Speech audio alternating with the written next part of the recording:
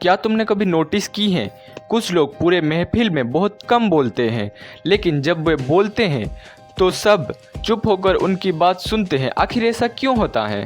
क्या ये सिर्फ उनकी पर्सनालिटी है या इसके पीछे कोई साइकोलॉजी का सीक्रेट छिपा है जो ज़्यादातर लोग समझ नहीं पाते?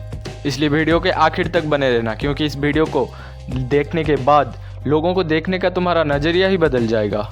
आज हम सिर्फ ये नहीं समझेंगे कि स्मार्ट लोग कम क्यों बोलते हैं, हम ये समझेंगे कि उनके चुप रहने के पीछे कौन सी साइकोलॉजी काम करती है। क्या साइलेंस सच में इंटेलिजेंसी की निशानी है या इसके पीछे कोई और वजह छुपी है?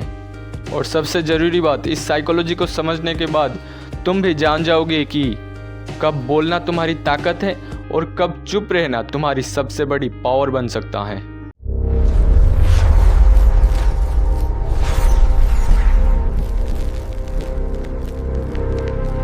तो साइलेंस की असली पावर को समझने के लिए हम वीडियो को 3 चैप्टर में डिवाइड करेंगे। हर एक चैप्टर के साथ तुम्हें एक नई साइकोलॉजिकल इनसाइट मिलेगी। तो चलिए शुरू करते हैं चैप्टर 1 से।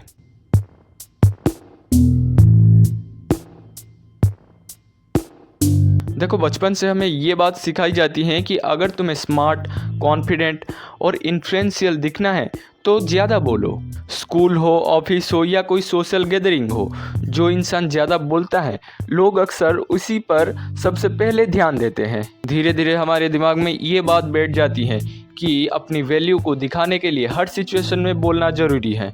लेकिन सच इससे थोड़ा अलग है। देखो, असर इस बात से नहीं पड़ता कि तुम कितना बोलते हो, बल्कि असर इस बात से पड़ता है कि तुम क्या बोलते हो, कब बोलते हो और क्यों बोलते हो। इसी वजह से कुछ लोग बिना ज़्यादा बोले भी लोगों के दिमाग पर गहरी छाप छोड़ देते हैं। लेकिन आखिर ऐसा क्यों होता है, इसका जवाब मिलेगा चैप्टर 2 में।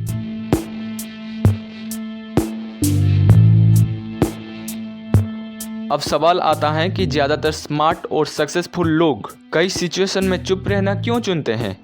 इसका पहला कारण है ऑब्जर्वेशन। जब ज़्यादातर लोग बोलने में बिजी होते हैं तब स्मार्ट और सक्सेसफुल लोग ऑब्जर्वेशन करने में बिजी होते हैं। वे सिर्फ शब्दों पर नहीं बल्कि सामने वाले की एक्सप्रेशंस, बॉडी लैंग्वेज और बोलने के तरीके पर भी ध्यान देते हैं। इसी वजह से उन्हें वो बात भी समझ आ जाती है जो अक्सर ज़्यादातर लोग मिस कर देते हैं। दूसरा कारण है सोच समझकर बोलना। हर बात का तुरंत जवाब देना समझदारी नहीं होती।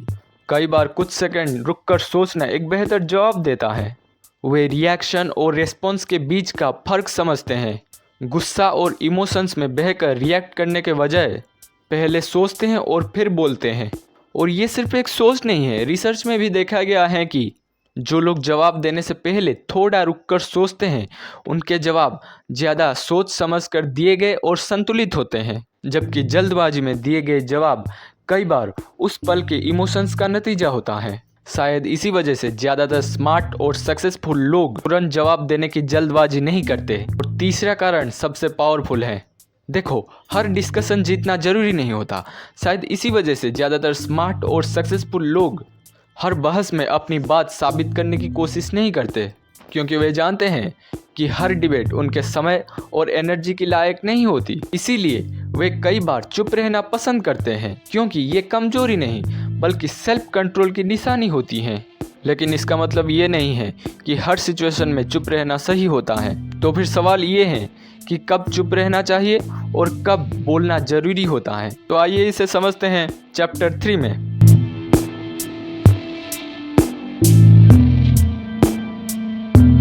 तो अब तक हम समझ चुके हैं कि साइलेंस सिर्फ चुप रहना नहीं है बल्कि एक स्किल है। लेकिन सबसे बड़ा सवाल ये है कि इस स्किल को अपनी ज़िंदगी में इस्तेमाल कैसे करें। सबसे पहली बात, हर सिचुएशन में बोलना ज़रूरी नहीं होता।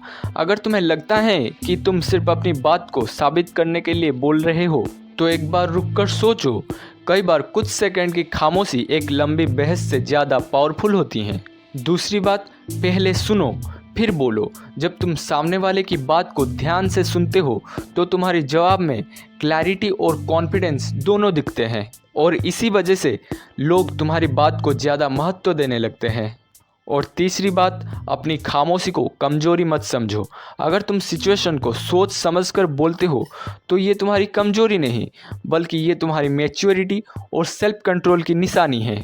लेकिन एक बात हमेशा याद रखना, सिर्फ चुप रहना ही समझदारी नहीं है, बल्कि समझदारी इसमें है कि कब बोलना चाहिए और कब चुप रहना चाहिए। इंटेलिजेंस की पहचान कम बोलना नहीं है, बल्कि सही समय पर, सही जगह पर और सही बात बोलना है। और जब तुम यह स्किल सीख जाते हो तो तुम्हारे शब्दों की कीमत अपने आप बढ़ जाती है।